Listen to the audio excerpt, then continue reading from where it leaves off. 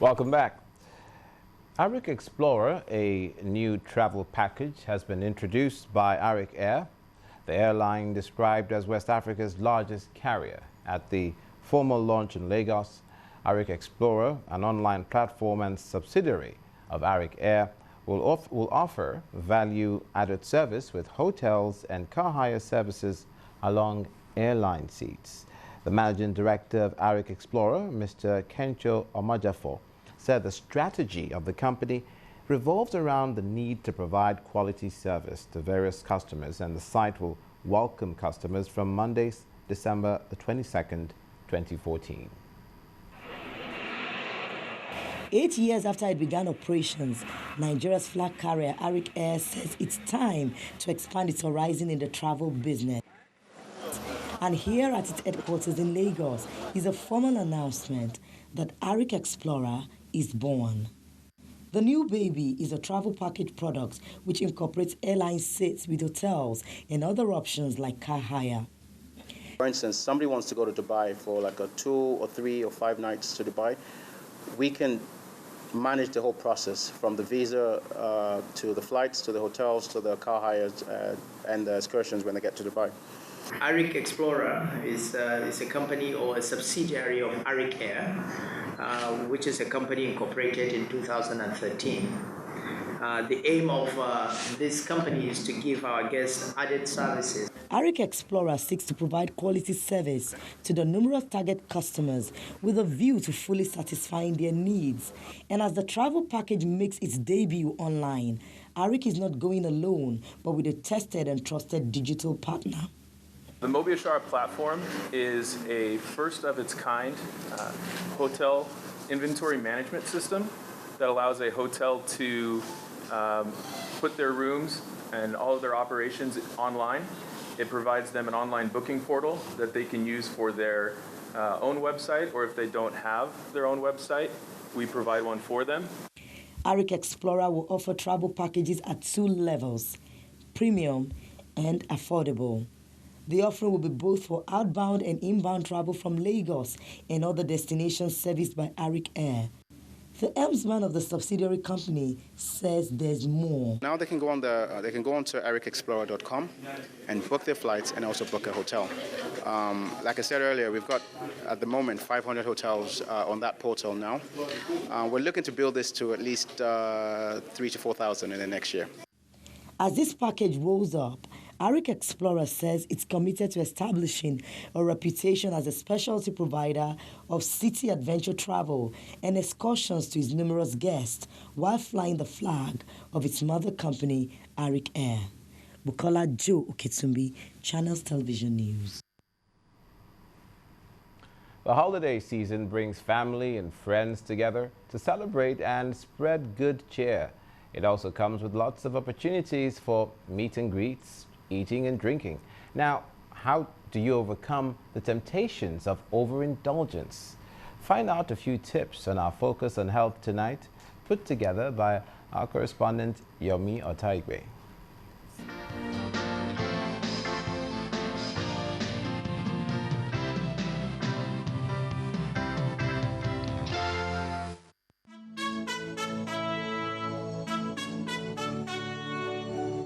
A well-decorated environment with music to complement the mood. It's here again. Christmas, the season of love and sharing. And after Christmas comes the new year. Indeed, the holiday season is about family, fun, and food. Yes, food. And that's my focus. Oh. Jingle bells, jingle all the way. As the majority of us may know only too well, attempts at healthy eating during the holiday season may not really pay off. A nutritionist, Temitokwa Sikiru, shares with me a few tips on how to navigate the season in a healthy way, beginning with the menu list. Get your fruits, get your vegetables, take watermelon, cabbage, fruits like apple and oranges. And at the same time, if you get, of course, you are going to get rice, definitely. But when you get your rice, if in now cooking, you try to portion your food. The portion matters a lot. Don't don't fill your plate so much. Just try to portion. We might have a lot of turkey and chicken to be given to us and everything, but chicken is actually very rich in protein. But the fact is that you store its fat in its skin. So why not just remove the skin of the chicken and go into the protein proper and have it? Another nutritionist at her voice. You know, it's the festive season, so alcohol is there for them to take, but we are recommending that you can't take more than 1 to 2 for men in a day.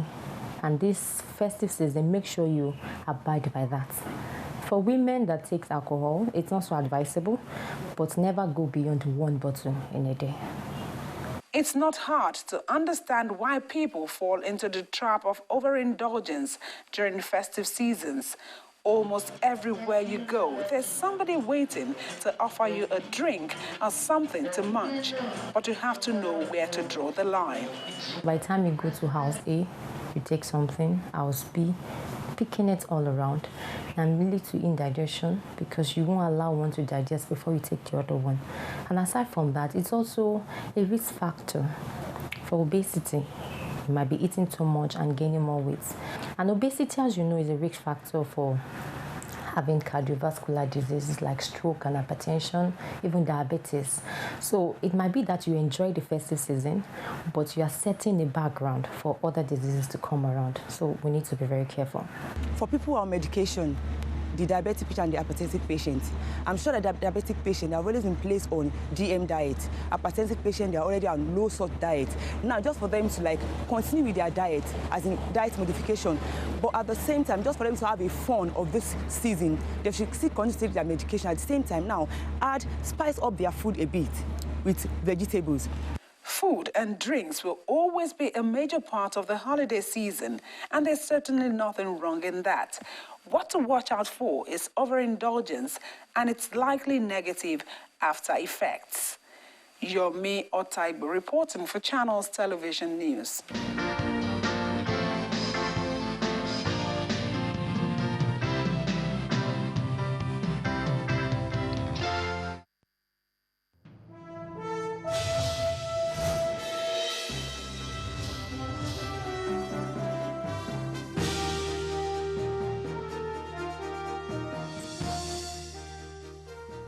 Welcome to Business News. The International Monetary Fund is forecasting that Nigeria's growth rate will be slow to about 5% in 2015 as falling oil prices cut revenues and spending. In a statement by the IMF mission leader to Nigeria, Mr. Jean Leon, the country will have to rely more on the non-oil sector, which helped it grow 6.1% in the third quarter of 2014. He also says the CBN's 8% devaluation of the Naira would likely boost inflation, but the effect may be contained as food prices will come down from increased local production of staple crops. The federal government raised 195.56 billion naira worth of treasury bills with maturities ranging between 3 months and 1 year at higher yields this week. According to the Central Bank of Nigeria, it sold 33.87 billion naira in 3-month treasury bills at 11%, compared with 9.99% at its last auction. A total of 51.3 billion naira worth of the 6-month bill was sold at 13.84% as against 10.8% previously. In the 1-year tenor bill, the bank sold 110.39 billion naira at almost 16%, compared to 12.48% at its last auction. And lending rates also eased to an average of 15.25% at the interbank from 42.5% last week as dealers anticipate a budget disbursal. Dealers said cash from monthly disbursal of budgetary allocations to government agencies are expected to hit the banking system by the end of the week, which should further increase available cash. The balance that lenders hold with the central bank closed at a surplus of 93 billion naira, compared with a debit of over 100 billion naira last week. The secured open buyback traded at 15%, compared with 40% last week, while overnight lending closed at 15.5% as against 45% last week. Traders said the cost of borrowing among banks is expected to remain stable next week, as many companies are tidying up their books for the end of the year. And to the equities market, the bearish sentiment in the Nigerian capital market has continued to put equities in unfavorable territory as a slump in oil prices pressure Nigeria's macroeconomic variables. A daily member of the local bourse, Imafidon Andori, describes the southward direction of the market as an investment opportunity for domestic investors. It's for foreign investors. Obviously, only the domestic investors will be left behind in the market. So that can actually give an idea as to the ability of the domestic investors to be resilient and remain in the market after the exit of foreign investors. But we may still have a few foreign investors still sticking with the market.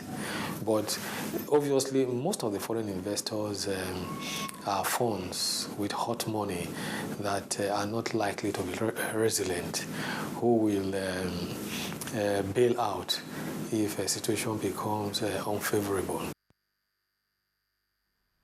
Well, as if to press home the point, the bearish sentiment in the Nigerian capital market saw key indicators drop into 28,961.67 points, their lowest value since 15th of January 2013.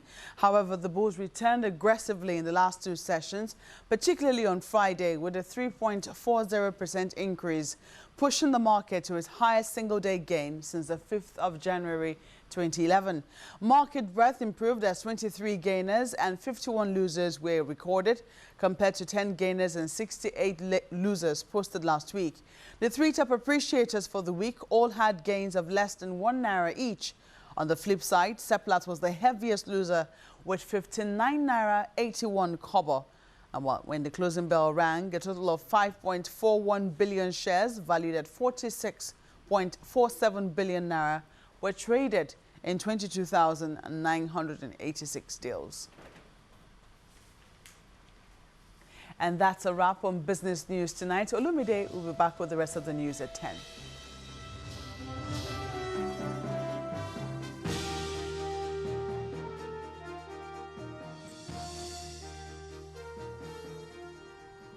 Next on the news at 10, winner of the 2015 Women's World Cup to get $2 million as FIFA doubles the prize money for the tournament. That's on sports news. Please stay with us.